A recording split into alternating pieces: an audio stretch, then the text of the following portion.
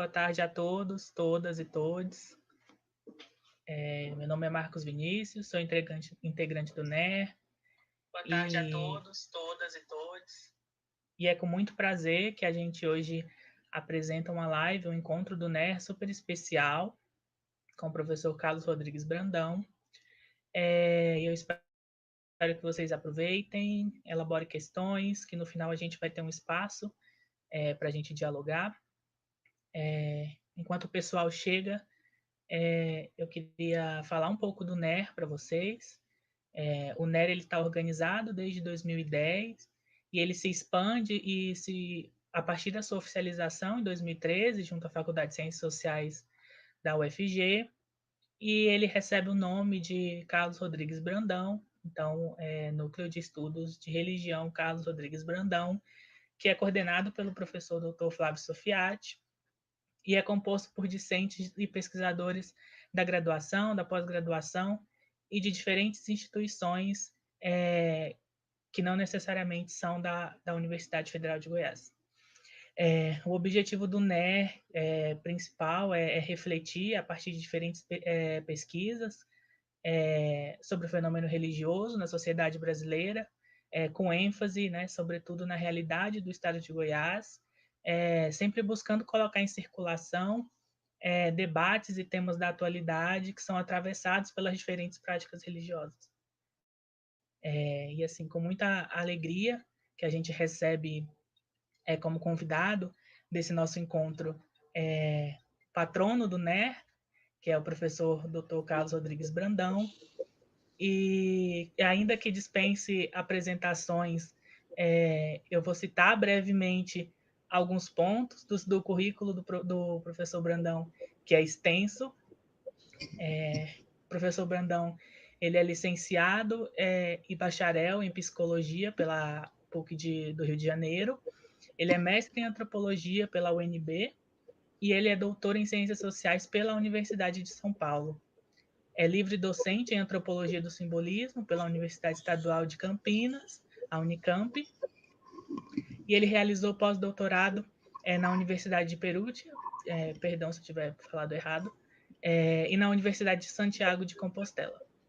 Ele é fellow no Edmunds College, da Universidade de Cambridge, e atualmente ele é professor colaborador do Programa de Pós-Graduação em Antropologia da Universidade Estadual de Campinas, a Unicamp, do Programa de Pós-Graduação em Geografia da Universidade Federal de Uberlândia, a UFO, e professor visitante da Universidade Estadual de Goiás.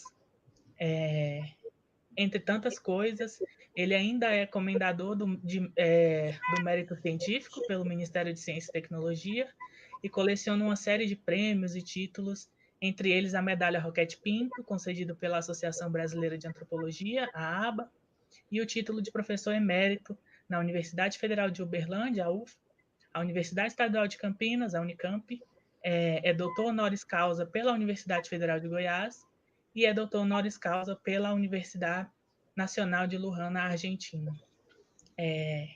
O professor Brandão, como eu disse, ainda que dispense apresentações, ele possui uma vasta experiência e produções que são inspiradoras, não só para a gente que está situado no campo da religião, mas em outras áreas da antropologia, os seus interesses e as suas experiências são atravessados pela antropologia camponesa, antropologia da religião, da cultura popular, etnia e educação, com foco na educação popular, e possui uma lista extensa de artigos, capítulos e livros de sua autoria e outros que são organizados por ele, que eu cito alguns. O que é a educação popular, prece, bênção, espiritualidade religiosa no Brasil, os rostos do Deus do outro, mapas, fronteiras, identidades e olhares sobre a religião no Brasil, e os deuses do povo, um estudo sobre a religião popular. Assim, eu convido vocês para acessar, após o término da live, o site do professor Carlos Rodrigues Brandão, onde ele reúne dados sobre os livros, artigos, e é possível acessar essas inúmeras produções que o professor tem. Então, seja bem-vindo, professor Carlos Rodrigues Brandão, é um prazer imenso recebê-lo aqui no NER, Estamos muito felizes e a palavra é sua. Muito bem, Marcos Vinícius, muito obrigado. Boa tarde, quase boa noite. Aqui está escuro, acabou de cair uma tempestade fantástica. O, o Marcos Vinícius leu um currículo vitae exagerado. Eu agradeço, mas deixou de lado algumas coisas importantes, porque não estão no currículo vitae, mas que eu vou fazer questão de colocar. A primeira, até estou muito feliz que eu descobri o atestado dela aos 4 dias, por acaso, é que eu, na minha juventude carioca, fui escalador de montanhas e fui, inclusive, guia escalador de montanhas. Está aqui minha carteirinha, ó. Está aqui eu com um retratinho aos 20 anos de idade e aqui o símbolo ali do nosso clube excursionista e está aqui, ó, guia escalador. Imaginem vocês há 60 anos atrás. E outra coisa que também não está no currículo vitae, mas que me honra e felicita muito mais do que o que está lá, é que eu sou casado com goiana, Maria Alice, lá de Moçâmeros. Somos casados desde 66, quando eu imagino que a maioria de quem me ouve não tinha sequer nascido. E sou pai de 2 filhos goianos, o André e a Luciana. André, que mora conosco aqui em Campinas, e a Luciana, que morou no mundo e hoje mora no Rio de Janeiro. Eu me lembro que, na última vez que eu estive aí em Goiânia, eu costumo dizer que eu fui para Goiás, morei em Goiás, primeiro em Brasília, depois em Goiânia, de 1967 a 1975. Depois eu vim para Campinas e para Unité. Mas a última vez que eu estive aí fazendo uma palestra na Faculdade de Educação, eu lembrava que o José de Souza Martins, que foi meu orientador de doutorado, quando a minha tese saiu, aliás, é sobre religião, os deuses do povo, quando ela saiu no livro, ele escreveu o prefácio e, e ele começa dizendo: Carlos Brandão é um caipira nascido em Copacabana.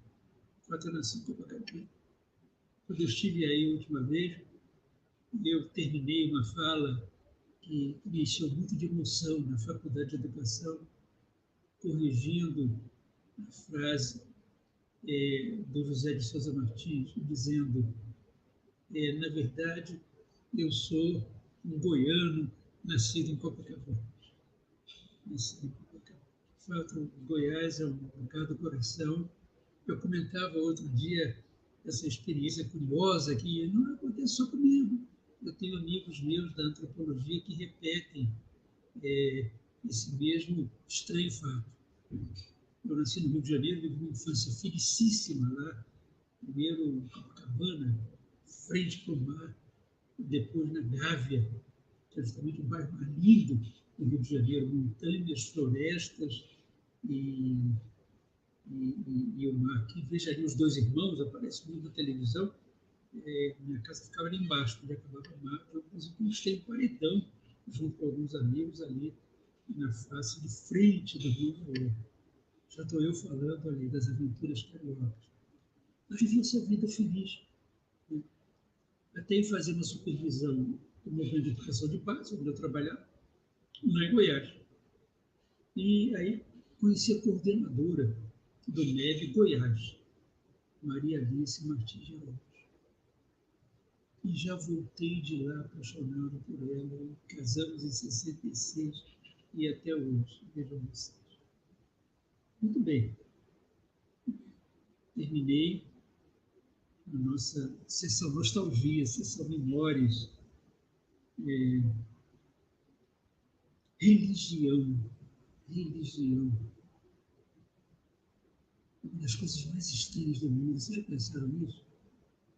É muito curioso. Quem tem uma religião, quem mudou de religião, quem não tem nenhuma religião, quem busca uma religião, vive às voltas com ela.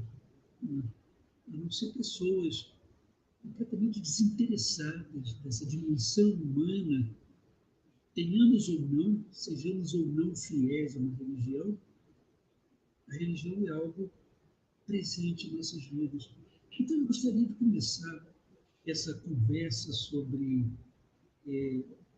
caminhos e dilemas da religião no mundo de hoje de uma maneira muito inusitada, muito fora dos eixos, que, aliás, é muito próprio de antropólogos, não é? Assim, dos antropólogos. Para usar a linguagem goiana, o antropólogo é um especialista em procurar chifre em cabeça de cavalo. Então, eu queria começar essa reflexão não pensando sobre dilemas e problemas da religião no mundo de hoje, o que acabou de acontecer nas eleições norte-americanas, o que a gente vê acontecendo aqui no Brasil, em que nas nossas eleições o fator religioso voltou a ser tão importante. Para vocês terem uma ideia, nessa última eleição agora, eu vi uma estatística, entre candidatos a vereador e prefeito havia 4.400 pastores. 4.400 pastores candidatos a cargos políticos. Mas eu queria começar por nós, por mim e por vocês. Quem é você? Não tem uma pergunta de desafio, é uma pergunta nem de pesquisa, é uma pergunta de personalidade. Quem é você? É interessante, não, que quando a gente está numa mesa de bar, então acaba de conhecer uma pessoa e logo se faz uma pequena pré-intimidade e a pessoa pergunta algo para saber quem você é meio feio perguntar qual é a sua religião. A gente pode perguntar o time de futebol, de onde você é, o que você gosta, se é casado ou solteiro, se está afim disso ou daquilo. Mas a pergunta, qual é a sua religião, é quase ofensiva, né? Precisa haver uma grande intimidade.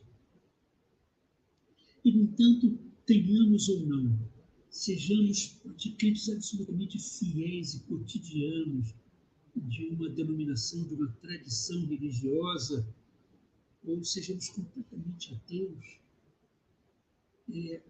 um mundo que não abarca apenas a religião, mas que ele se estende. Eu estou fazendo esse movimento assim com as mãos, que, por exemplo, ele tem uma dimensão que a gente pode chamar de espiritualidade. É muito comum, sobretudo entre minhas alunas e alunos, eu tenho uma intimidade desde os tempos iniciais em Goiás. Professor, desculpa interromper, eu só queria pedir para que o senhor falasse um pouquinho mais próximo do microfone, ou mais alto, que o pessoal está falando que está muito baixo lá. Tá Peço bom. desculpa. Eu não Agora sei está nem onde é que perfeito. fica o microfone aqui, mas vou falar um pouquinho Obrigada, mais desculpa alto. interromper. Tá bom, beleza. Obrigado, não. Obrigado. E se não melhorar, reclame de novo. Mas então eu dizia, esse universo que a gente pode chamar de religião ou estender mais a espiritualidade. Eu comentava, é muito comum entre jovens de hoje, eu vejo em alunas minhas, mais do que nos alunos, alguém que diz assim, não, religião eu não tenho, eu tenho espiritualidade. A gente pode até usar um nome mais abrangente, por exemplo, eu não tenho nenhuma espiritualidade, mas eu tenho um sentido de mundo, eu atribuo significados à vida, eu tenho uma perspectiva, e aí a gente pode atrelar até, não uma religião ou espiritualidade, mas uma filosofia. Por exemplo, eu conheço 4 ou 5 pessoas que são antroposóficas. Você tem filhos em escolas antroposóficas. Aí em Goiás, eu tenho uma amiga querida de velhos tempos que é logosófica. Assim como eu tinha, inclusive aí em Goiás, e tenho até hoje, amigos marxistas, maoístas, trotskistas, né? E essa própria eleição, se vocês quiserem, ela não só tem um leque de partidos muito grande, mas embutidos nesse leque, não é muito provável que haja opções religiosas. Por exemplo, deve haver muito mais pessoas sem religião no PCdoB e no PSOL do que nos partidos de direita. E é muito mais provável que haja nos partidos de direita pastores ou afiliados a igrejas neopentecostais do que nos partidos mais de esquerda. Aliás, as pesquisas feitas, eu vi um pouco na televisão, falam sobre isso. É estranho que eu me lembro quando eu era mais jovem, inclusive aí em Goiás, quando eu estava namorando Maria Alice, e era militante da Juventude Universitária Católica, ela também. As nossas conversas de mesa de bar, a gente tomando um chope, envolviam perguntas assim: qual é o teu sentido de vida? Qual é a tua visão de mundo? Bom, claro, depois caímos também em tua opção política. Se é humanista, cristão, é marxista, solidarista, é o quê? Eu fico pensando como é que são as conversas de mesa de bar de hoje, ao redor de um chope. Quais são as perguntas? Quais são as dúvidas? E, no entanto, observe uma coisa. Antes da gente falar especificamente de caminhos e dilemas de religião,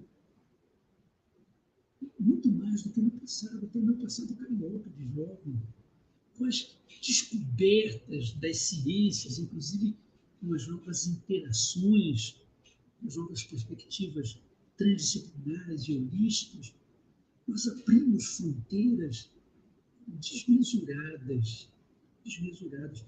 Perguntas que não faziam muito sentido quando eu era jovem, no Rio de Janeiro, inclusive porque todos nós éramos ligados a alguma ideologia muito concreta, católica, protestante, espírita, ou então marxista, ateia, e porque isso não se colocava. E hoje se coloca, talvez mais agudamente do que no passado. Por exemplo, minha neta, Yara, que fez 16 anos, eu acredito que ela não tem preocupações religiosas como a mãe, principalmente a avó, Maria Alice. Mas ela tem preocupações cósmicas que nós não tínhamos. Por exemplo, um problema para ela é o seguinte: ela passa de física, o universo é finito ou infinito? O que é o tempo? Tem alguém lá fora? É o brado dos seres humanos. Nós olhamos para o céu estrelado e a pergunta de muitos de vocês que estarão me ouvindo já não é mais: onde está Deus? Deus existe, mas tem alguém lá fora. Bilhões de planetas orbitando estrelas, calcula-se que possam ser trilhões. E será que só tem vida na Terra? Inclusive, existe hoje em dia uma chamada teoria antrópica. Teoria antrópica. Procure aí nas internets da vida. É um pouco estranho, eu confesso. Segundo a qual todo o universo, tudo que infinitamente existe nele, ou por um Deus, ou pelas forças cósmicas, ou pelo acaso, ele foi arquitetado e se originou e existe só para essa pequenina poeira a viver de vida humana. Pequenina poeira, imagine o seguinte: peguem um caroço de feijão e ponham na frente de vocês. Esse caroço de feijão é o planeta Terra. Depois vocês peguem um prato, põem dentro do prato. É um prato grande, quase uma bandeja. Esse prato grande é o sistema solar.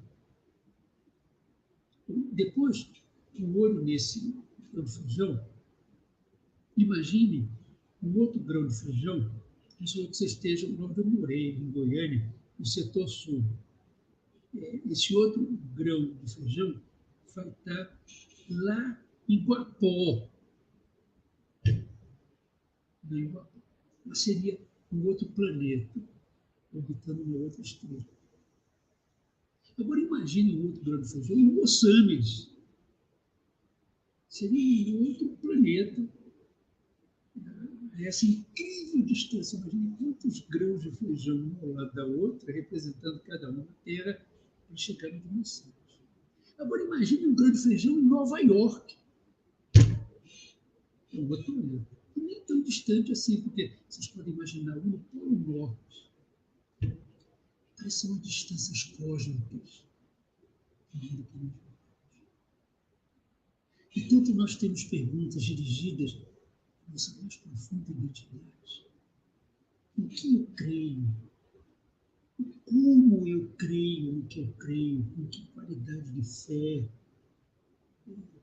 Eu tenho uma fé centrada na religião que foi a dos meus pais, e ela é única e exclusiva, eu não tenho a menor dúvida a respeito, como um membro da Assembleia de Deus, de uma igreja presbiteriana, ou de uma igreja católica?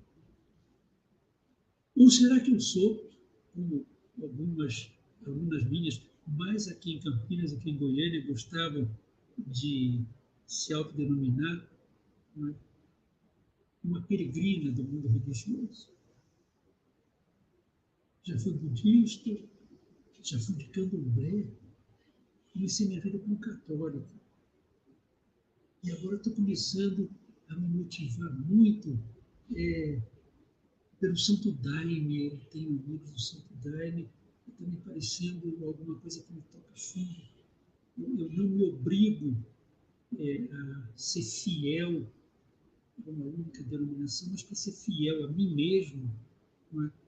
Eu sou, digamos, infiel a uma e infiel a uma pluralidade de religiões. Eu estou vendo aqui uns avisos que eu estou falando muito baixo e o pior é que eu estou falando muito alto.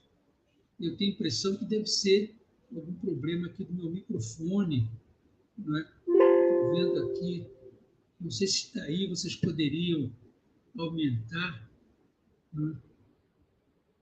Vou falar mais alto se eu começar a gritar, agora que começar a fazer uma pregação religiosa. Então, eu estou tentando abrir esses caminhos, abrir essas asas, esses voos, para pensar a religião como eu acho que ela tem sido pensada hoje em dia. Talvez muito mais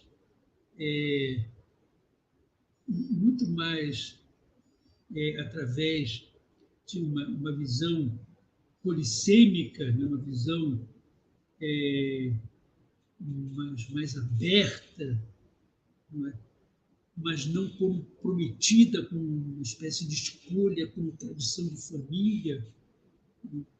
Vocês já pensaram nisso também? Por exemplo, no meu tempo de estudante, eu não sou tão velho assim, tenho só 80 anos, mas quando eu tinha, digamos, uns 8 anos, 9, no Rio de Janeiro, todos nós éramos meninos e meninas católicos.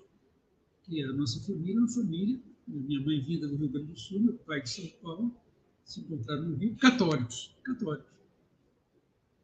Quando nos tornamos universitários, eu, por exemplo, me preservei católico durante muito tempo, hoje em dia nem tanto, mas um católico de esquerda, um católico da teologia da libertação, do Frei Beto, do Leonardo Boff, que causou espantos muito grandes na minha família. Inclusive, eu era chamado comunista da família. Eu e minha prima, Heloísa, os dois, no meio de um mundo de primos, parentes. Até hoje, existem religiões em que é alguma coisa muito grave. É terrível quando, por exemplo, um filho ou uma filha nega a religião dos pais, né, e se afirma ou partidária de outra religião. Você sou católico, mas agora me converti ao candomblé, que é raspar a cabeça, que é virar filho de santo. Nesses casos, inclusive concretos, inclusive aí de Goiás, meu querido amigo. justamente essa alternativa da liberdade de escolha, essa lenta conquista vivida pela humanidade, não só em Goiás, no Brasil, mas no mundo inteiro, até países que avançaram bastante mais, em que uma pessoa livre, mas ao mesmo tempo corresponsável pelo mundo em que eu vivo, eu posso ser trans ou não trans, eu nascido homem, posso me tornar uma mulher ou vice-versa, eu posso ser hétero ou homossexual. E isso que provocava condenações e mortes, e que provoca, lastimavelmente até hoje, marginalizações e agressões, tenderá no futuro a ser algo tão normal quanto ser antropólogo, médico, odontólogo, pedreiro ou camponês. Escolhas de vida. Escolhas de vida. Mas, justamente, em alguns campos da nossa realidade, e aí a gente começa a pensar concretamente dilemas da experiência religiosa hoje, essa liberdade de escolha e esse leque aberto de opções, né, é extremamente desafiador. Eu costumo brincar, às vezes até em sala de aula, dizendo que eu sou de um tempo em que havia 3 sabonetes, Lifebuoy, Gessi e Lever. Não havia shampoo, havia um produto parecido, era o único. E assim, tudo mais. Óleo de cozinha, azeite, 2 marcas, 3. Me lembro da minha mãe, que era muito novidadeira, morreu com 100 anos, Solange. Saiu um sabonete novo, ela ia correndo para o mercado. Eu vivi anos da minha vida sem a televisão. Aliás, não fazia falta. Depois passei anos da minha vida que havia 2 canais, depois 3. Hoje em dia, meu Deus do céu, dependendo do teu provedor, você pode ter 400 canais. E isso eu estou materializando do sabonete aos canais de televisão, de repente é colocado diante de nós uma opção política. Basta ver a quantidade de partidos políticos do Brasil de agora. Diferenças mínimas algumas, mas muitas. De vertentes e tendências religiosas. Eu vi muito a Argentina, países da América Latina, participar de nossa mãe mesmo tem uma live na Universidade de La Pampa, na Argentina, e é muito interessante que lá nesses outros países, sobretudo na Argentina, eles se espantam com o caso do Brasil, e às vezes eu brinco com eles, eu digo, olha, uma das peculiaridades do Brasil é que lá a gente cria uma religião por semana. Em grande parte é verdadeiro.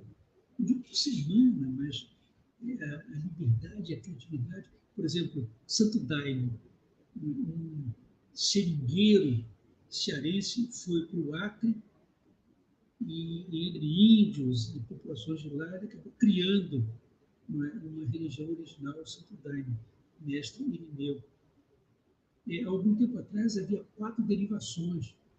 Hoje em dia eu ouvi dizer que tem mais de 10 derivações. Mando vegetal, barquinha, santo mapiá, por aí. Inclusive com filiais, com ramificações já nos Estados Unidos, na própria Argentina, onde eles são restantes. E justamente um dos poderes e, ao mesmo tempo, dos dilemas da religião no mundo de hoje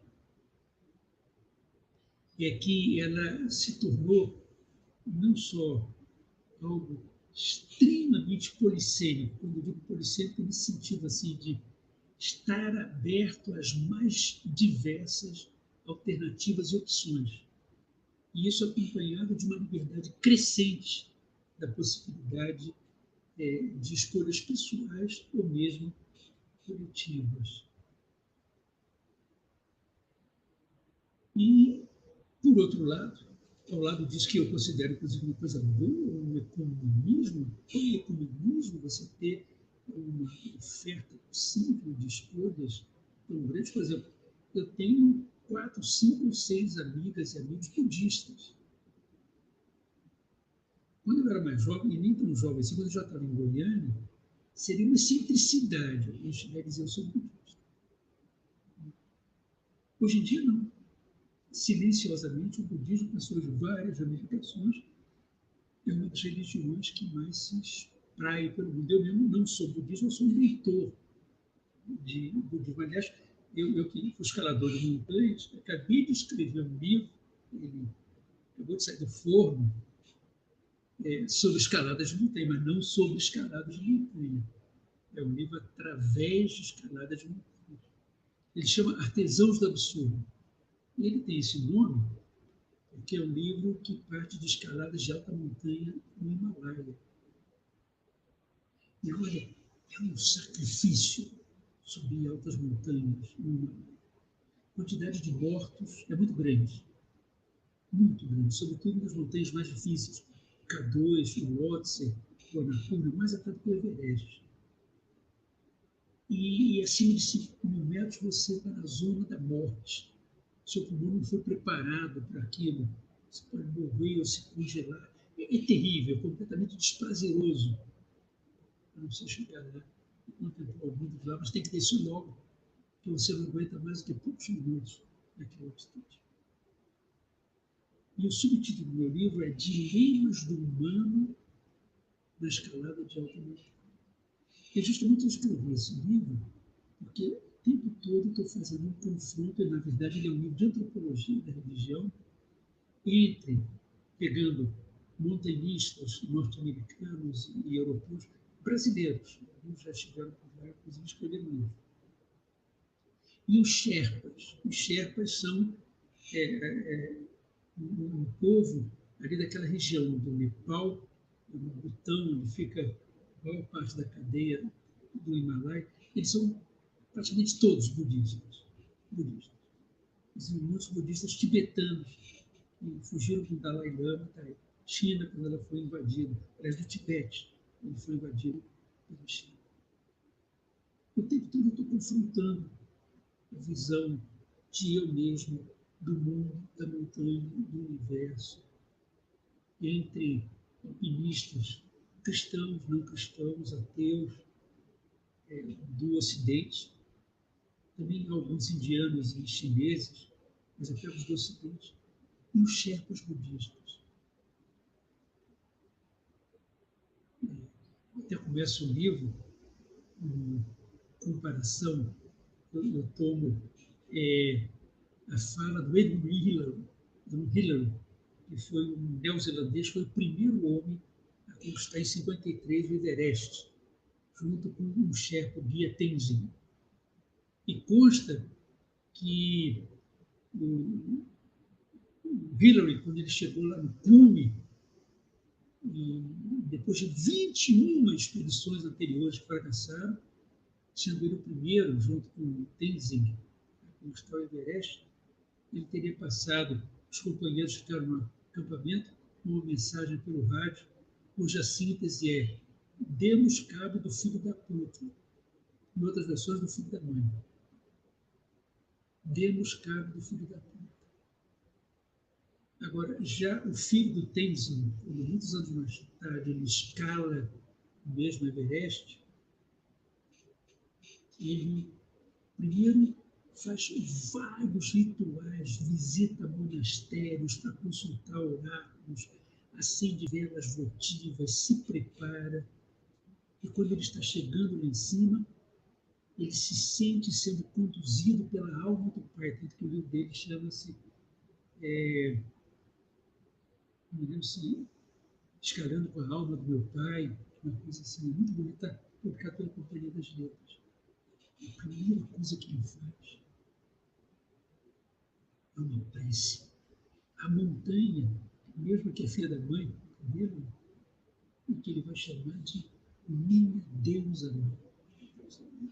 Já estou eu empolgado aí com as montanhas. Um dia vai sair esse livro, Artesão da Absurdo. Acho que pouquíssima gente vai ler, mas seria interessante, é muito desafiador. Quem somos nós frente a esse mundo? Algumas pessoas mais desanimadas o mundo de hoje, inclusive com vocês, talvez, uma boa parte de jovens que estejam me ouvindo, costuma reproduzir aquela visão de velho. Eu mesmo tenho que me cuidar, porque eu volto e meio, estou por aí também, de que, comparada com a minha geração, essa geração de hoje, meu Deus, o que essa gente está lendo, o que está ouvindo, o que está cantando, como é que está transando, como tudo se perdeu, como tudo se perdeu. No entanto, não. No entanto, não.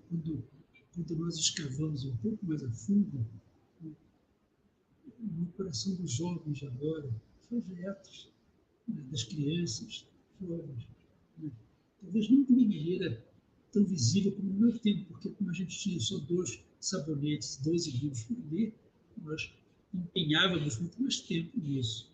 E como a gente não podia entrar na internet, não tinha WhatsApp, etc., quando a gente sentava na mesa de bar, né, em que não tinha nenhum aparelho eletrônico, a não ser talvez uma vitrola com um disco no play, tocando música, o que a gente vai fazer é conversar. E como as conversas do cotidiano às vezes cansam, são muito superficiais, de repente nós estávamos nos perguntando: qual é o teu sentido de vida? O que você quer? O que você quer? E justamente entre caminhos e dilemas, um dos grandes desafios do mundo de agora é essa polaridade, eu diria essa bipolaridade ou essa tripolaridade que envolve o mundo da religião. Por exemplo, qualquer estatística demonstra que em países do primeiro mundo, muito mais na Europa do que nos Estados Unidos,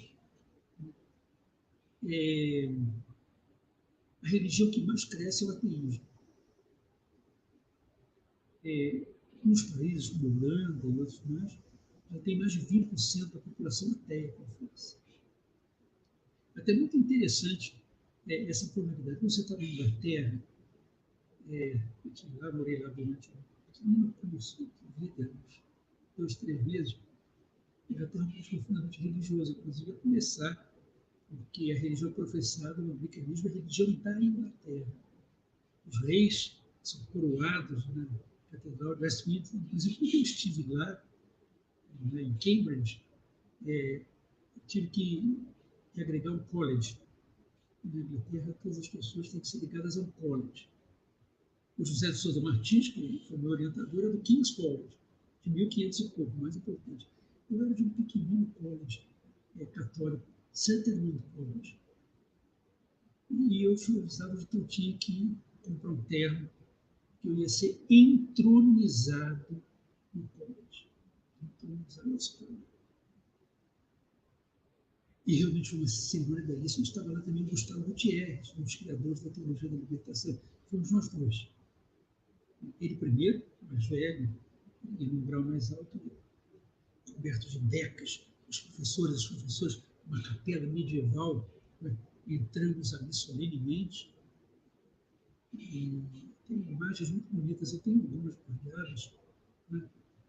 E depois de orações e uma fala, nos foi dado um pequeno papel, uma cartolina, mais ou menos uma coisa assim. Né? E primeiro, Gustavo, depois eu, nós tivemos que ler um juramento de fidelidade.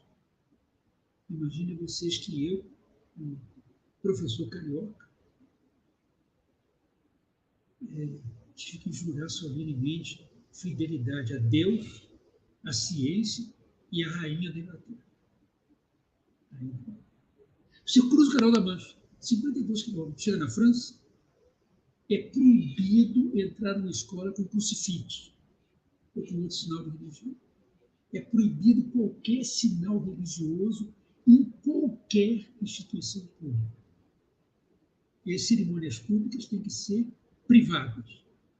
Até para fazer uma procissão, o Corpus Christi, ou o que seja, precisa de uma licença oficial. É um país laico, não é um país ateu. Inclusive, tem talvez tantos cristãos quanto na Inglaterra. Tem mais católicos.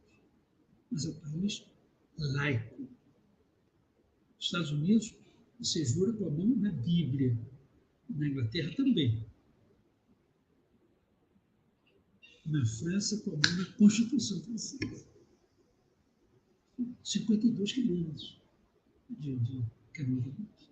E assim todo mundo fora. Assim. Isso que preocupa algumas pessoas, né?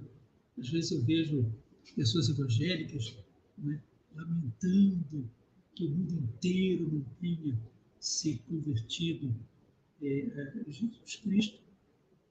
E depois vejo um filme, eu estou vendo até agora, uma série, passada na Turquia, e as pessoas se lamentando que nem todo mundo se converteu ao islamismo.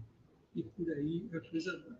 Menos os budistas, não fazem a menor questão de converter ninguém.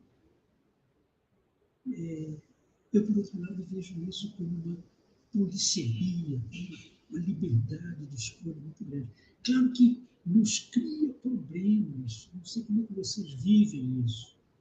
Não sei se as pessoas do tempo dos meus pais, meus avós, lá no Rio Grande do Sul, lá em São Paulo, eram mais felizes por viverem dentro de universos de uma fé religiosa, né, que passava de geração em geração e era muito pouco questionada. Talvez tenha sido questionada nos seus inícios também na minha geração.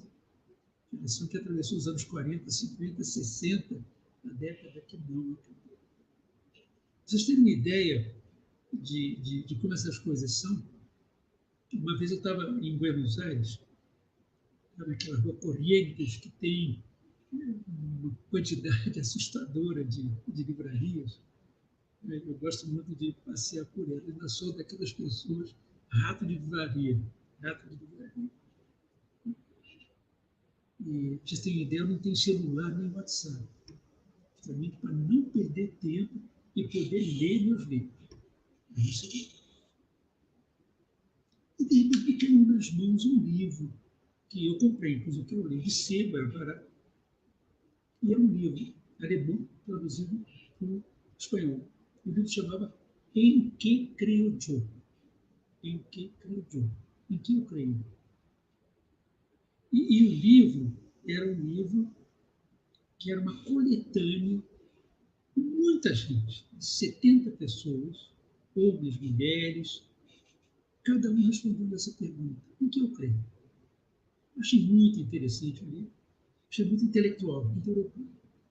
Chegando aqui no Brasil, eu fui conversar com o Faustino Teixeira, um querido amigo, inclusive professor de um dos únicos programas de ciências da religião na Universidade Federal, na Federal de Juiz de Fora. Eu até dei um mini curso lá uma vez, convidado por ele. E eu mostrei esse livro ao Faustino, Em que creio eu? Falei: Faustino, vamos fazer um no Brasil? E fizemos. Fizemos esse livro aqui, ó. Em que eu creio. Aqui em cima, vocês estão vendo um monte de nomes. Nós fizemos a pesquisa mais fácil do mundo.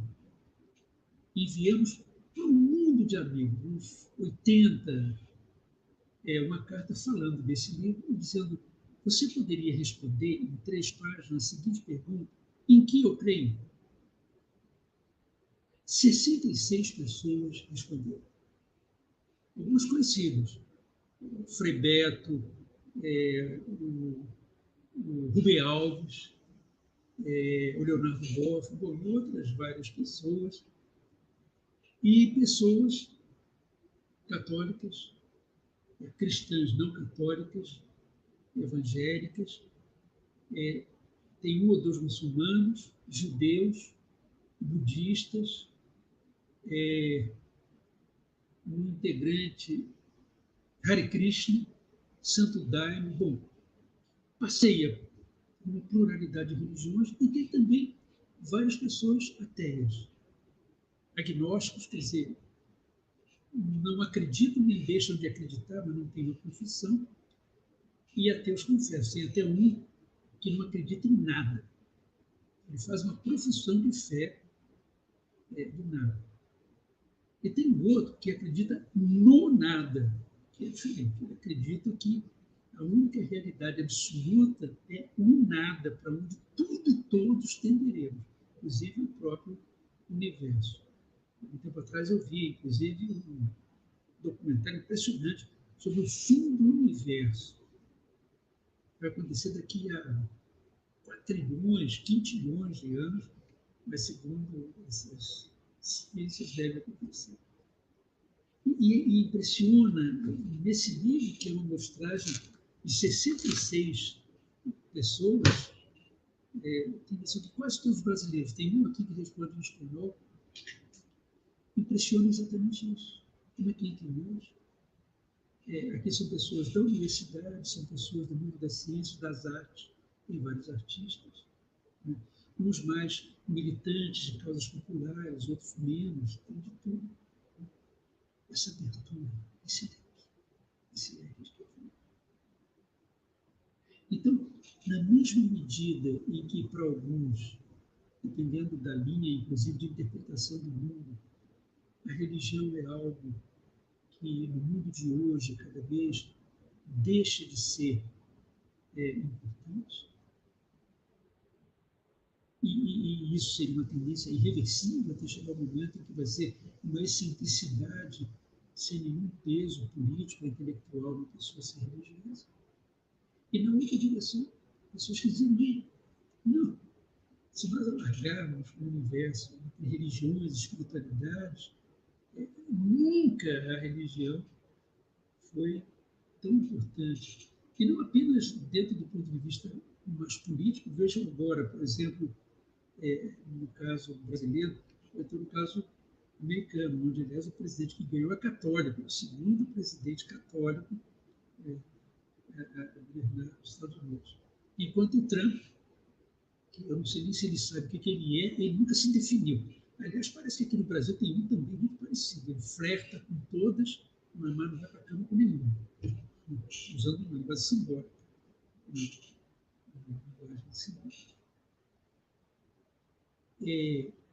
Voltando àquele paralelo, nos Estados Unidos e na Inglaterra, é muito complicado você se candidatar a um cargo público e se confessar ateu.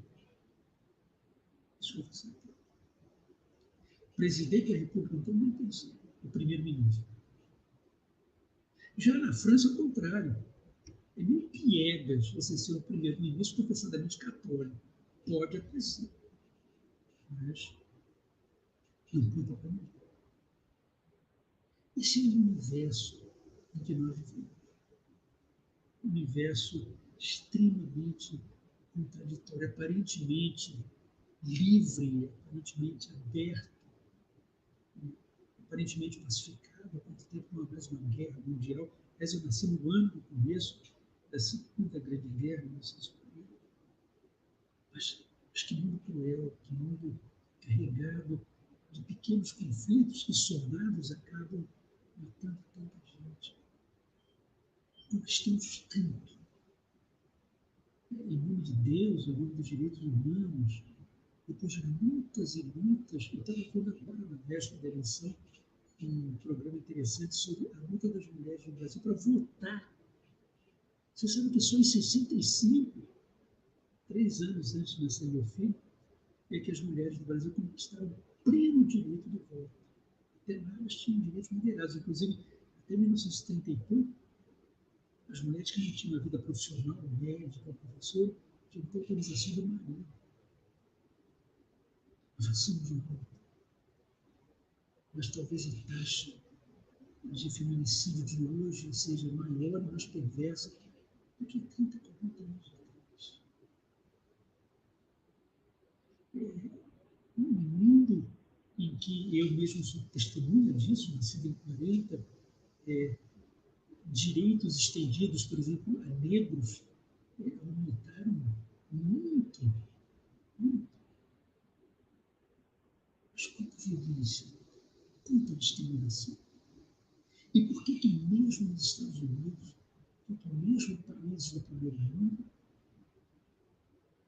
grande parte das pessoas presas, encarceradas são negros, ou são latino-americanos? Os negros ganham uma média salarial, às vezes, 3 vezes menor pelo mesmo trabalho que os brancos, assim como também os mulheres. Então, a pergunta seria: que mundo é esse? Avançamos tanto, ou em nome de Deus, ou dos direitos humanos, ou de tudo isso junto.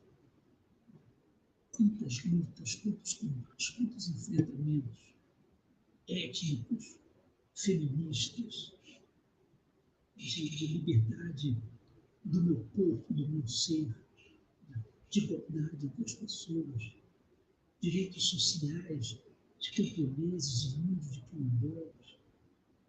Nós temos visto e assistido aqui, nesse Brasil de agora, que se confessa tão cristão, tão piedoso,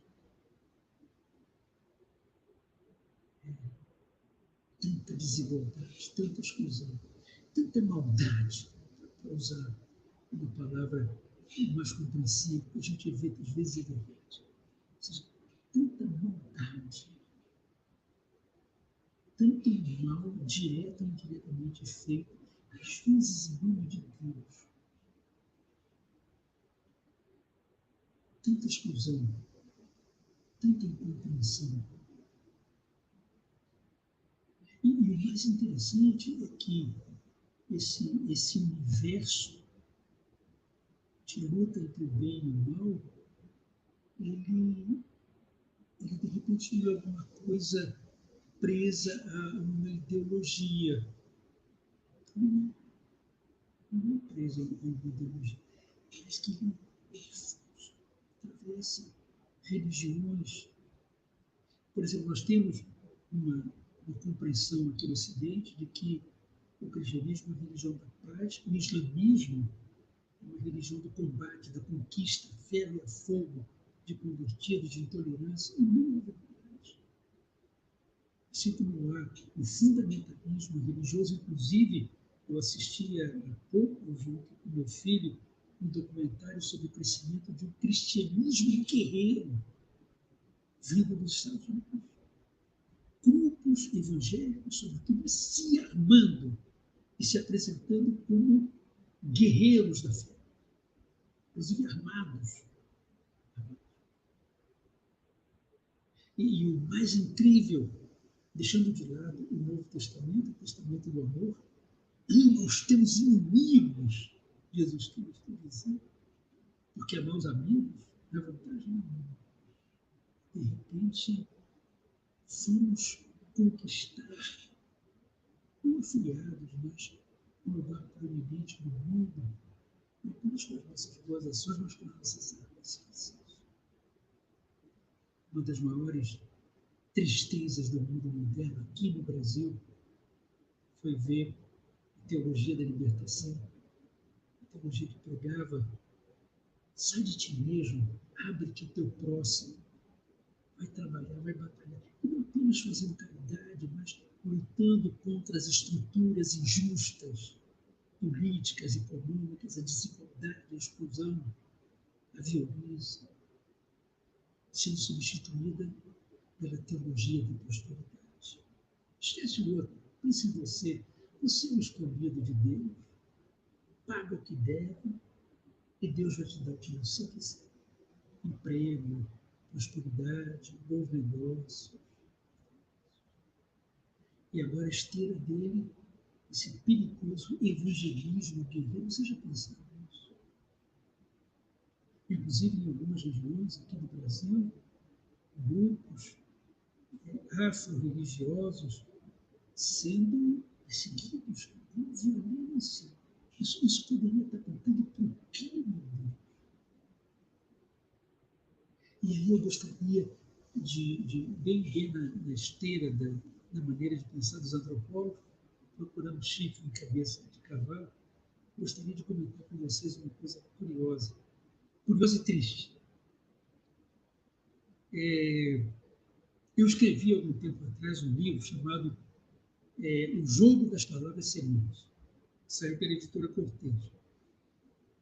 É um livro que se afilia à linha de jogos cooperativos, são jogos onde crianças aprendem a jogar, até o momento parecendo que estão competindo, mas são jogos em que o jogo só termina quando todo mundo se junta e faz cooperativamente o que é necessário fazer.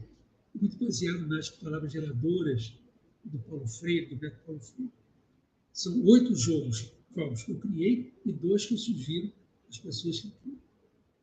E são jogos completamente fora de moda, porque não tem nada de eletrônico. Você usa papel, cartolina, tesoura, não precisa nem cola, e caneta e isopor.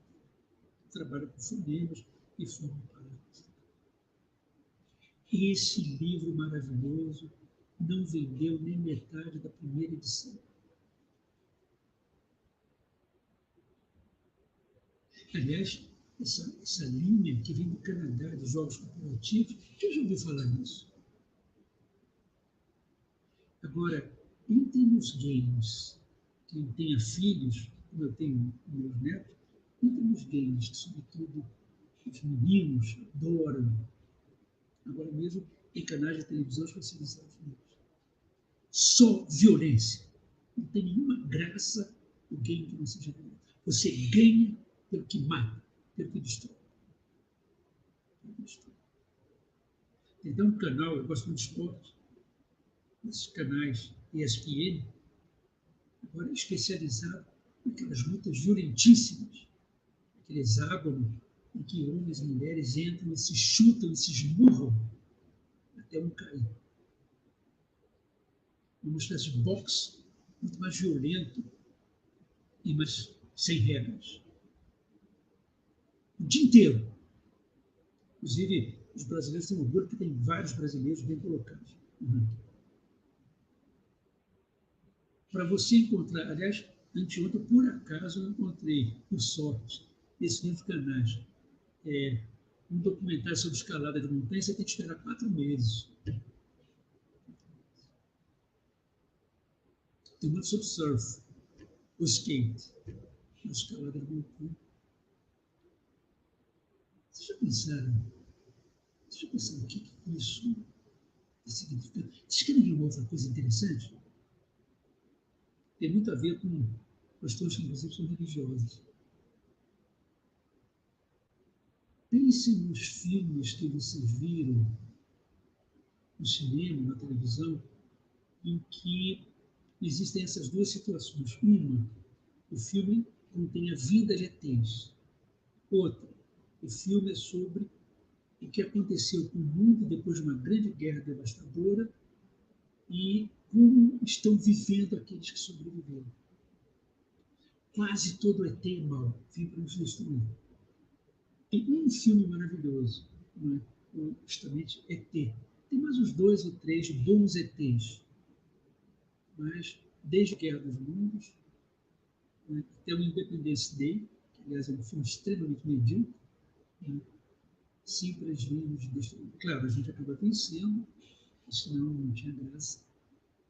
Nos filmes de mundo do futuro, eu conheço um em que no final aparece uma civilização iluminada, maravilhosa. Tem a história de um menino que era um robô, não me lembro o título. Todos os outros são um futuro desgraçado. A Terra convertida no oceano, num grande deserto, um dos mais inteligentes, o livro de Eli, de Eli. Mas sem pressão.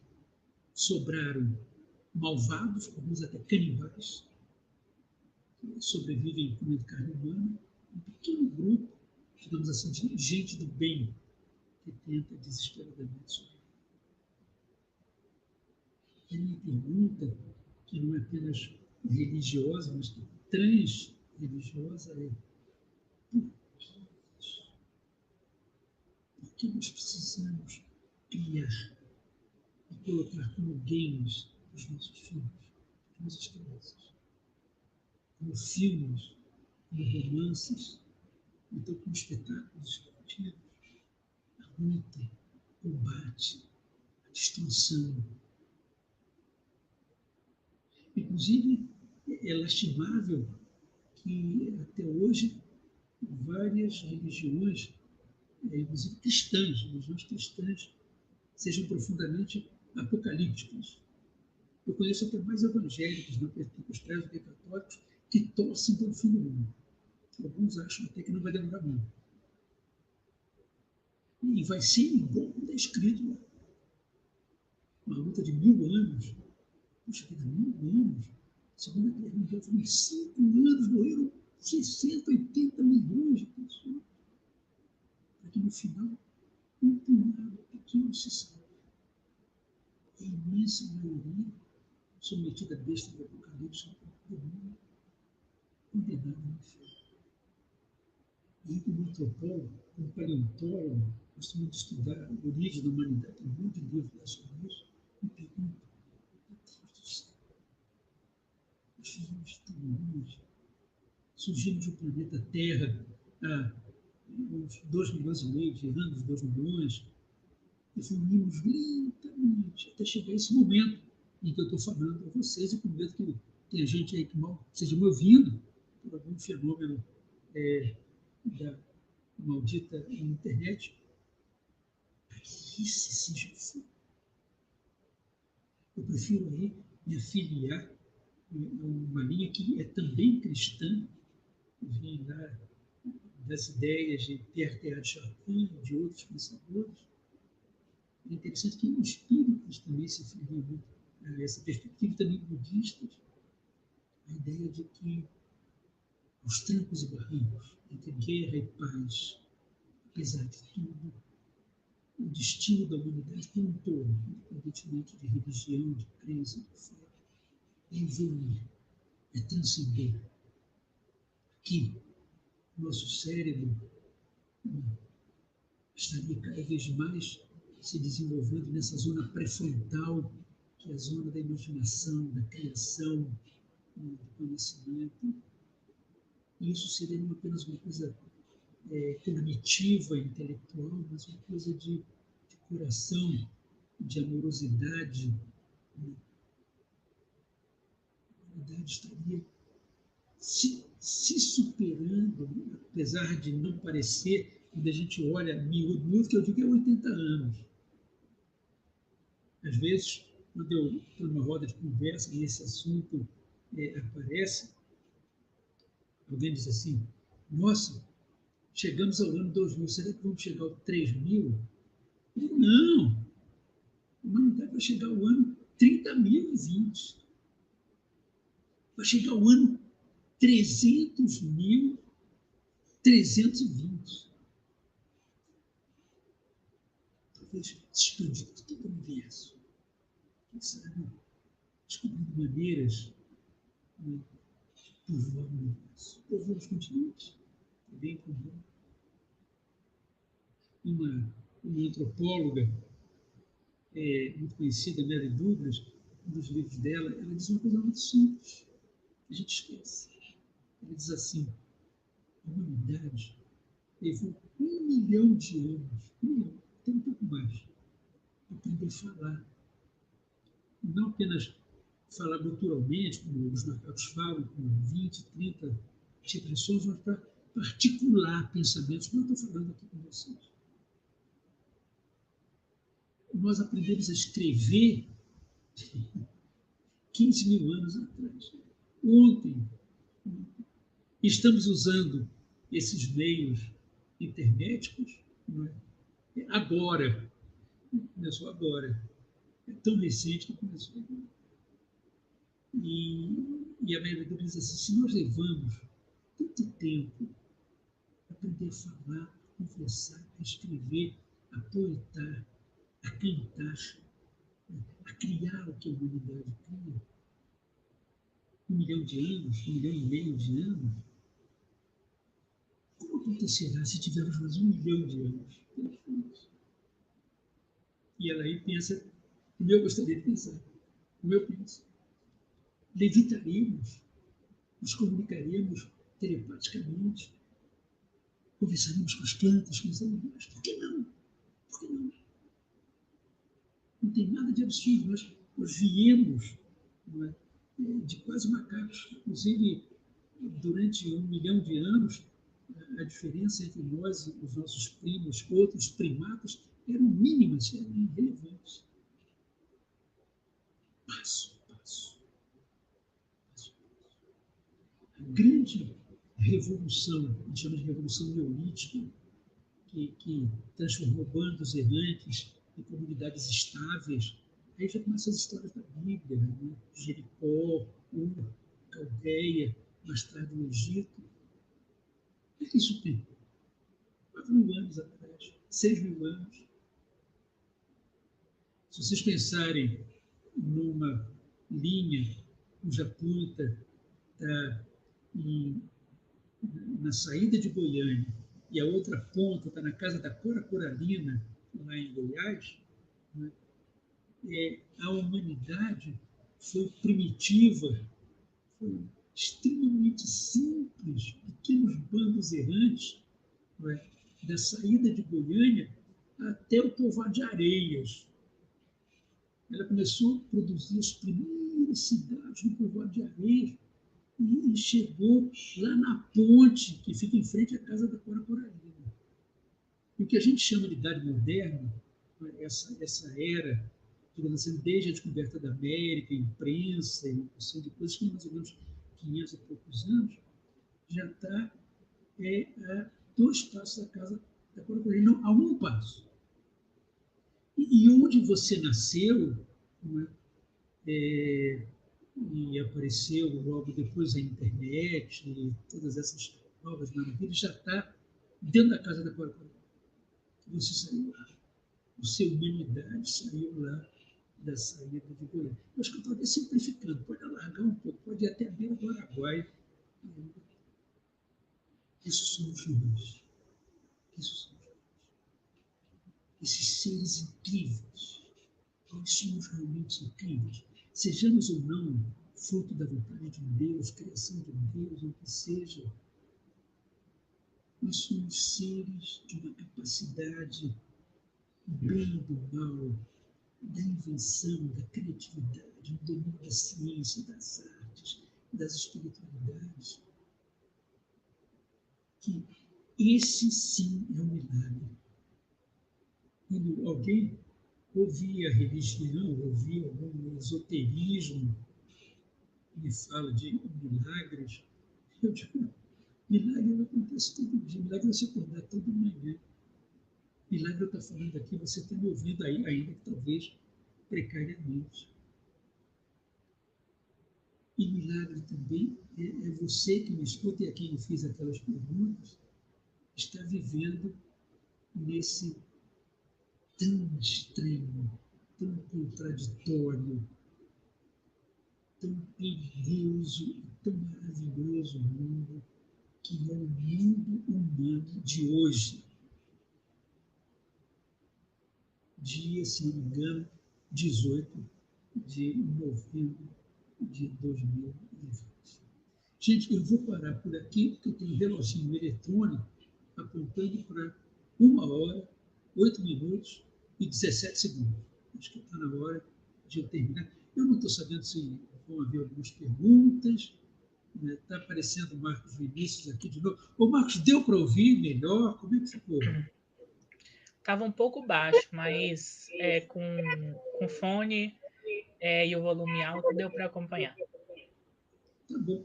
Eu não sei o que eu teria que fazer aqui, porque eu acho que não é comigo isso. Porque eu já fiz mais de 30 lives e todas elas não houve problema. Não sei se é alguma Quando o coisa. senhor chega um pouco mais para frente, o áudio melhora. Eu acho que é onde O está o seu microfone é microfone. aqui, mas olha como é que eu teria que ficar, tá vendo? Sim, aí fica perfeito. É bom, mas eu não A gente sei, tem Marcos, algumas, vai haver perguntas, a alguma gente coisa. tem 2 perguntas aqui. Eu Hum, queria falar que o pessoal do NERS colocou aqui nos comentários que estão todos e todas muito felizes por receber o senhor, ainda que virtualmente, aqui no NER, para conversar com a gente. Tem um pessoal da UFRJ, da UFAM. E aí temos 2 questões aqui. Eu vou então vamos fazer. lá, O vamos senhor lá. prefere que eu faça uma de cada vez Então, ou faz as bloco com as duas de duas? uma vez. Tá, ok. A Dária Gláucia pergunta: professor, qual seria o motivo desse cristianismo que busca conquistar o mundo numa concepção individualista, conforme a sua colocação? E o Mário Bacelar pergunta: esse proselitismo seria um legado do judaísmo? Vamos lá, então. Deixa eu tentar responder. A primeira coisa que eu diria é o seguinte: tanto em termos de ciência, quanto em termos, sobretudo, de filosofias, ou mais ainda, de religiões e espiritualidades, toda resposta única é imperfeita. Por exemplo, seria um legado do judaísmo? Sim, sim e não, não e não. Depende do seu olhar, depende do seu ponto de vista. E a primeira pergunta, não é, por que nós estamos vivendo religiões, não é, ou então especificamente um cristianismo que busca não tanto conquistar o mundo, mas que busca, digamos assim, se sobrepor como uma única religião verdadeira e ampliar o seu domínio de conversos, não é? Também depende da leitura que você faz. Só para lembrar, eu estava comentando aqui, não é que dentro da mesma concepção de cristianismo, ou seja, da mesma leitura da Bíblia, Novo e Antigo Testamento, você tem uma teologia guerreira, uma teologia da prosperidade, uma teologia da libertação. Você tem uma visão apocalíptica terrível, destrutiva, em que apenas um pequeno punhado de pessoas vão ser salvas, os outros vão estar condenados a uma vida eterna no inferno. E você tem concepções, como eu acabei de falar ao final da minha fala, saídas do mesmo cristianismo, de que a salvação é para todos, a humanidade como um todo está evoluindo, se espiritualizando, ascendendo em direção a um verdadeiro encontro, não é, com a divindade. Então, em qualquer que seja a concepção em que você se coloque, depende muito da linha, da tendência que está fazendo uma interpretação dessa religião. Eu vou dar um exemplo do judaísmo. Né? Eu tenho algum contato com os judeus. Aliás, a última vez que eu tive dando um curso em Buenos Aires, a universidade ficava num bairro judeu. Então, foi uma experiência muito interessante.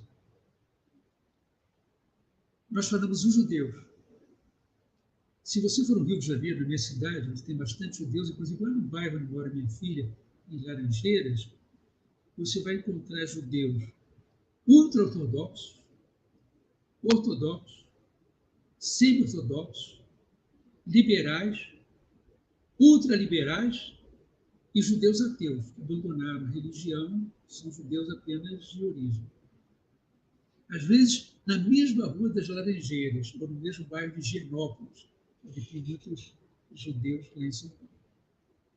Você tem desde aqueles ultra-ortodoxos, que sequer podem estar debaixo do mesmo teto com alguém não judeu, porque se profanariam, e que acreditam piamente que apenas os judeus são o povo escolhido, até judeus liberais que acreditam que o que Yahvé exigiu dos judeus foi que amorosamente eles se tornassem responsáveis ou corresponsáveis pela salvação de toda a humanidade. Foi, aliás, o que Jesus Cristo, um judeu, veio pregar. A mesma coisa no mundo islâmico. Em geral, nós temos uma visão do islamismo através do que aparece na televisão. O Estado Islâmico, né, os que explodem bombas e assim por diante. E nos esquecemos de que toda a filosofia grega não desapareceu, porque durante o período de trevas da Idade Média, os árabes muçulmanos traduziram Platão, Aristóteles, toda a filosofia grega e a preservaram e depois entregaram ao Ocidente. Eram muito mais avançados na medicina, inclusive muito mais tolerantes do que os próprios cristãos. Quando os cruzados conquistaram Jerusalém, foi um morticínio aterrador. Quando Saladino conquistou Jerusalém, ele teve uma atitude extremamente mais cristã, entre aspas, do que os cristãos. Então, nunca procure uma resposta única. A culpa é de quem? Eu costumo dizer, nunca haja como detetive, quem é o culpado, mas haja como antropólogo. Dentro de um campo de múltiplas possibilidades, né, seja numa religião, seja numa filosofia de vida, quais são as alternativas? Como é que as pessoas, de fato, estão distribuídas? E nunca se acostume, e isso eu acho que é a coisa mais perigosa, a tentar compreender um povo, uma etnia, uma cultura, uma religião, através de um olhar único. E, sobretudo, quando chegamos a. Eu vou dar um exemplo muito concreto de agora. Não é de agora, para que a gente veja no concreto. Quando se fala de neopentecostalismo, por exemplo, agora, muito forte nas eleições para prefeito e vereador, sobretudo na minha terra, no Rio de Janeiro, onde um dos candidatos do segundo turno é um pastor licenciado, Crivella, né? A visão que outras pessoas que não pentecostais têm é que os pentecostais são interesseiros, são safados, se associam à política, se vendem, enriquecem. De fato, alguns são, como em outras religiões também aconteceu. Pouca gente sabe que existe uma frente pentecostal de esquerda. Não porque seja de esquerda, mas porque é uma gente de Assembleia de Deus, de igrejas pentecostais, que tem uma visão aberta e crítica da realidade. O Crivella é pentecostal, mas a Benedita da Silva também. A Benedita da Silva, negra, Benedita da Silva, candidata a prefeita do Rio de Janeiro, aliás, uma mulher com quem eu tenho uma grande simpatia, um grande carinho. Então, mais uma vez, não há receita única. Não há receita única. Eu costumo dizer que a diferença entre o mundo de hoje e o mundo de quando eu nasci, a gente pode ver na pamonha goiana. Quando eu cheguei em Goiás, comecei a namorar na Bernice, tinha pamonha de milho. Algumas pessoas, um pouco mais inovadoras, faziam pamonha com queijo dentro. Tinha essas duas. Acabou. A última vez, agora, antes da pandemia, quando eu estava em Goiânia, e pedi a uma professora, a Jaqueline, da Faculdade de Educação, que foi buscar no aeroporto, que me levasse uma pamonharia, porque eu queria chegar em Goiânia também. Tinha umas 15 modalidades de pamonha, inclusive tinha uma pamonha tudo. Pamonha tudo, não sei quantas coisas. Vocês pensam que eu estou brincando, mas é costume de antropólogo. Você pega a coisa mais simples, sabonete ou pamonha, e você compreende por aí, né, a polissemia do mundo que a gente vive. Então, é muito difícil, eu diria que é muito até temerário acreditar que, de repente, uma religião é maldita, uma outra é bendita, essa única responde pela salvação. Eu sempre tenho essa atitude aí profundamente pessoalizante e afetuosa. Eu digo, não procure compreender a teoria, ou então a doutrina seca e árida de qualquer segmento religioso. Procure conhecer o coração das pessoas. E você vai encontrar entre pentecostais, neopentecostais, evangélicos, católicos, judeus, pessoas do candomblé, do santo daime, né? Pessoas igualmente do bem.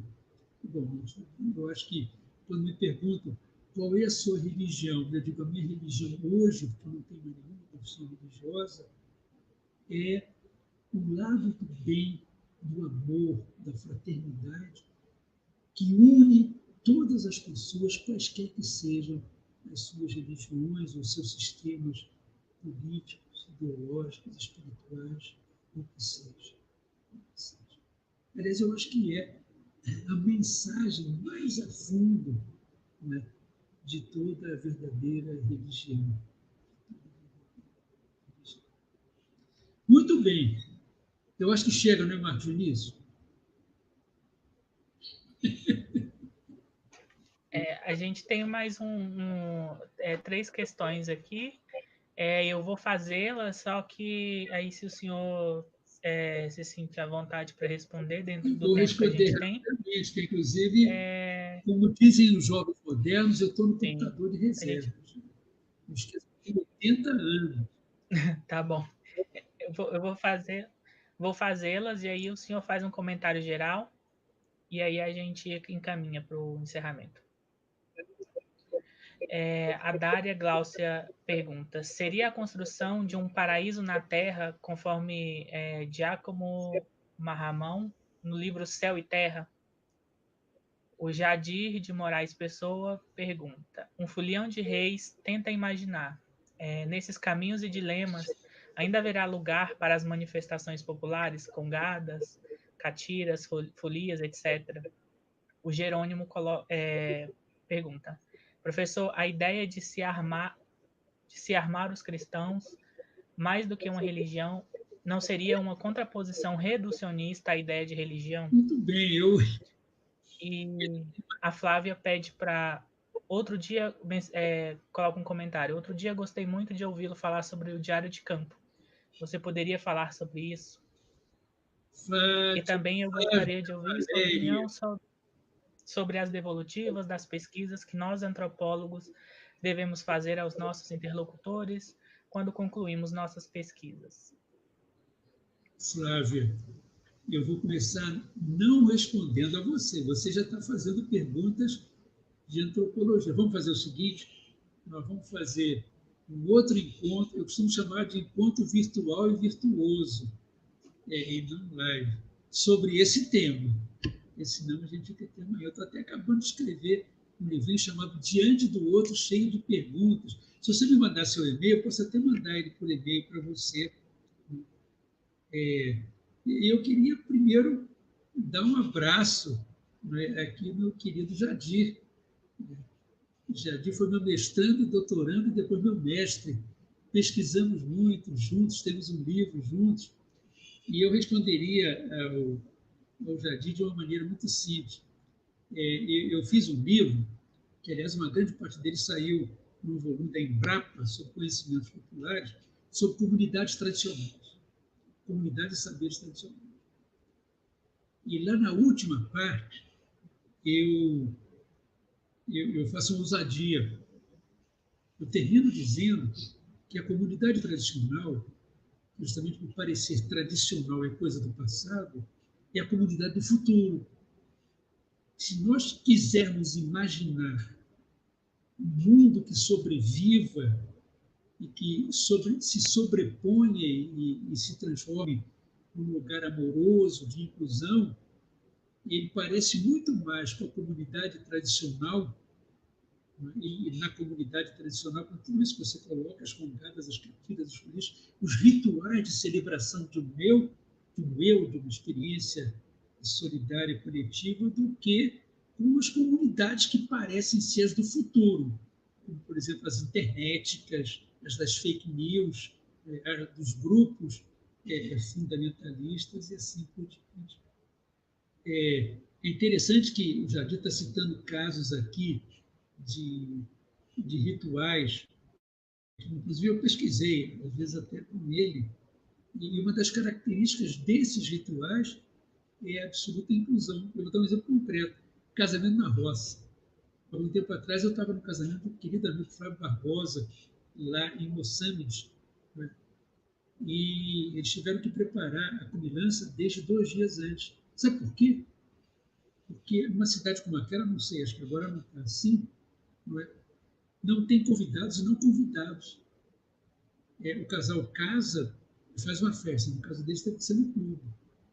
E quem quiser está convidado. Quer dizer, ainda são comunidades em que você é comunal por estar ali.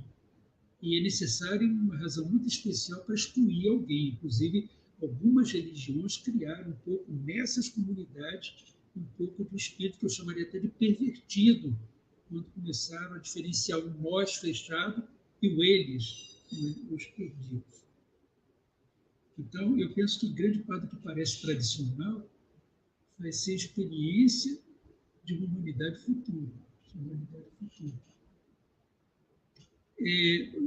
O Marcos faz aí a primeira pergunta. Eu acho que eu fui empolgar com o Jadir aqui, esqueci. A Dá pergunta: seria a construção de um paraíso na Terra, conforme Giacomo Marramão no livro Céu e Eu não Terra? li esse livro, não poderia dizer. Eu estou lendo agora o Marcelo Gleiser, que é um físico, astrônomo brasileiro. Aliás, um livro interessante. Aliás, ele é judeu, ele é de origem judaica, um grande físico brasileiro, professor nos Estados Unidos. Aliás, o livro chama Criação Imperfeita. Eu não saberia o que está escrito nesse livro, mas eu acredito que se há um lugar que haverá de ser o paraíso, ele é aqui na Terra. Não acredito em nenhum paraíso, nem lá em cima, nem lá longe, nem em lugar nenhum. Tanto que, ao contrário, seguidor do pensamento do Teilhard de Chardin, eu acredito que a humanidade muito do futuro terá se recriado a tal ponto amorosa e iluminada que, ao invés dos salvos irem para o céu, Deus é que baixará à terra, porque descobrirá que é o melhor lugar para se viver. É interessante que os Hare Krishna, eu tive alunas Hare Krishna e convivi com Hare Krishna em alguns momentos.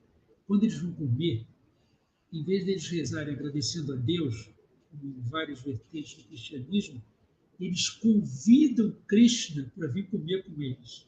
Para vir comer com eles. Então, eu acho isso uma metáfora muito bonita. Né? Eu acho que se um Deus existe, a nossa missão humana é criar um mundo tão belo, tão iluminado, tão pacífico, tão justo, tão bom, não é?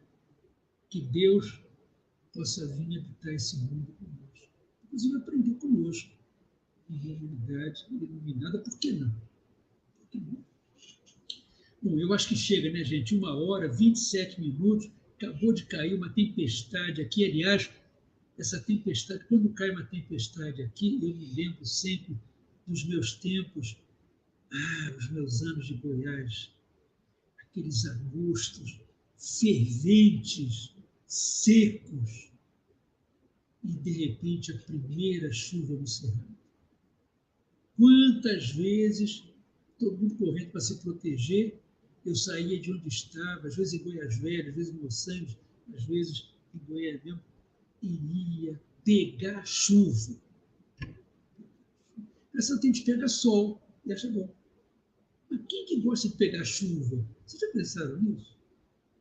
Eu achei refrescante, maravilhoso. Então, mas a primeira chuva no Cerrado, eu costumo dizer que uma das coisas mais bonitas que eu vivi ao longo da minha vida, e vivo ainda quando estou por aí, são as primeiras chuvas do Cerrado. Aquela floração maravilhosa, flores que saem às vezes dentro da terra. Pô. Aliás, eu estava comentando uma coisa sobre o Rio de Janeiro, vou terminar falando sobre isso. Eu comecei falando e não contei. Vivi 25 anos maravilhosos no Rio de Janeiro, até casar com a Maria Alice e para Goiás. Nunca escrevi uma página sobre o Rio de Janeiro. Nunca fiz uma pesquisa. E eu não posso dizer isso com certeza, muita coisa aconteceu. Mas eu devo ser uma das pessoas que chegaram a Goiás e que mais pesquisou Goiás. É justamente essas cartilhas e folias e festas do divino e cavalhadas de Pirinópolis. Meu Deus do céu, que imensa cidade, que imensa cidade. Tem até um livro meu aí, saiu pela Federal de Goiás.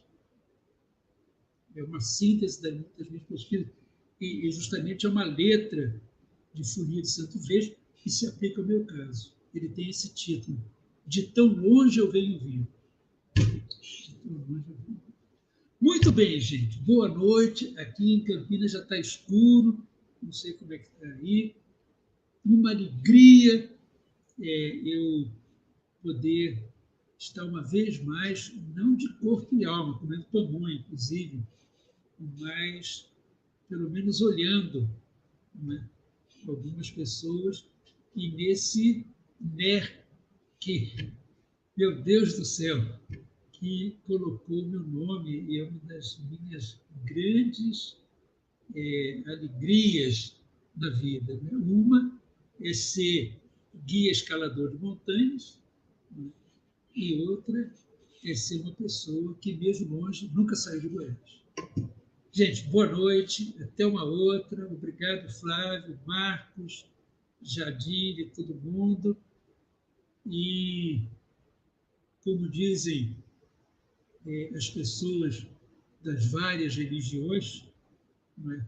O nosso querido João Maré Rosa, que não é goiano, mas é quase, né, dos fundos de Minas, Deus esteja. Obrigado, gente. Obrigada, professor Carlos Rodrigues Brandão. A gente ficou muito feliz pelo aceite do convite, pela sua participação aqui junto com o pessoal do NER, quem acompanha o que a gente vem fazendo aí, as nossas lives ao longo de todo esse contexto pandêmico que a gente está atravessando, que foi uma forma da gente não perder o vínculo, não perder o contato e não perder essas trocas que são muito importantes, né? E a gente fica muito feliz de recebê-lo. A gente está sempre de braços abertos para recebê-lo aqui.